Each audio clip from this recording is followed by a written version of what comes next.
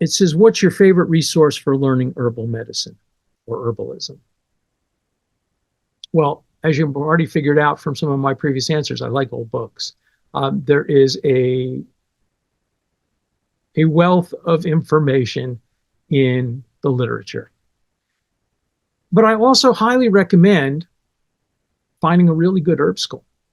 There are different herb schools. They appeal and are beneficial for different people depending on what they were looking for. There are a few programs like mine that are very much clinically oriented. There are several other good ones that are clinically oriented as well. There are others that are more introductory, like Rosemary Gladstar's Art and Science of Herbal Medicine is just a fantastic introduction to herbal medicine. You probably have somebody, hopefully locally where you live, that's doing introductory herb programs when showing people, basics of herbal medicine, how to make a decoction, how to make an infusion, how to make a simple tincture, how to identify the difference between a dandelion and chicory, which at certain stages can look pretty similar. So those are all great ways. Go to conferences. If you have a herb teacher, that's great. But everything you're getting is that person's lens and view. Try to go to conferences where you can hear from multiple people and find people whose teaching style really works for you. And go to different classes. Like when I go to a conference, usually I'm teaching at the conference. When I'm not teaching, I go to classes. And I often try to pick out people who I don't know or I've never heard from. I mean, there's some people who I just think are so impressive that I always go to their classes, but there are other people who I don't know. And like I was just teaching at a new conference in Alabama 2 weeks ago, and there was a young man doing a tree walk, and I just being out with the trees is fun. And this guy, he was impressive. He was a young guy, and his knowledge of herbs was a little more limited, but he introduced basically the class was really learning how to botanize, how to identify trees. And he said some things that I had never heard before.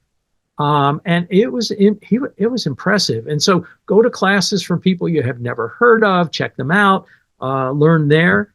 And then spend time with the plants, get to know them.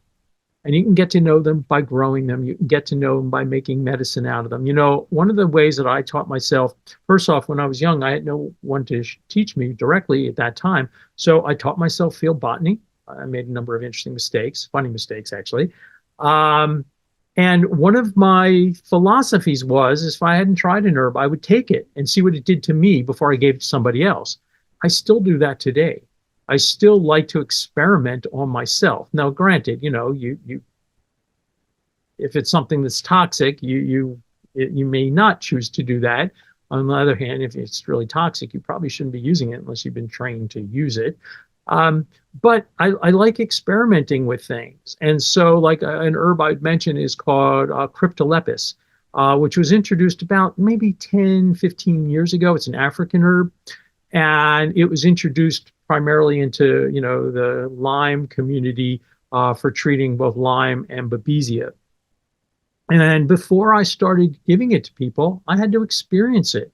And oh my God, it makes Andrographis look mild in the sense of its bitterness, but it is a powerful herb.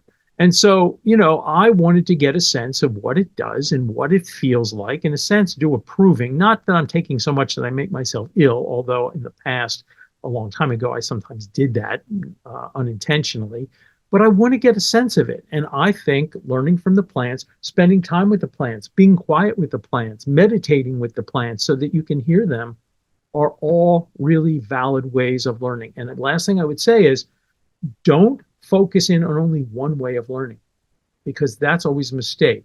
You don't want this to be the only lens is that you see the world through. You want to have multiple lenses. So the fact that I, trained in TCM and learned the eclectics and Western, medicine and anatomy, physiology, and pathophysiology and things like that, and Southeastern herbal traditions. And I've, spent lots of time learning about Unani Tib and a little bit less about Ayurveda. The idea is if you only have one lens to see things, it is both wonderful, but it is also limiting. And so once you feel really comfortable with a way of seeing things, try learning a new way of seeing things. And what you're going to find is that different traditions have different views, and some of them see things, they may have different names for things, but they all have the same basic idea. And then other things fall way out of that. And so, for instance, in Chinese medicine, you have a pattern called deficient kidney yang. And with deficient kidney yang, you get weak, low back pain, weak knees, weak ankles, perhaps impotence, fatigue. And if somebody came to a Western practitioner with that pattern, they would see them as unique, different things. And it's only from the Chinese lens that you see that as a distinctive pattern. And so sometimes it's really useful to have multiple views of things because it gives you multiple ways of seeing things, and then expand your materia medica. Yes, could you get away with only using 30 herbs and do a good job? Possibly. But I think of it being like an artist. And yes, a really great artist can use just black and white and make amazing art.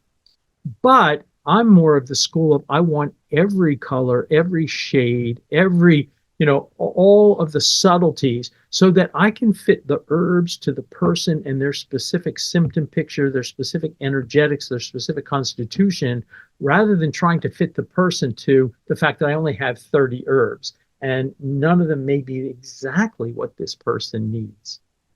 So be open, stay open, be compassionate, caring, make a difference in the world.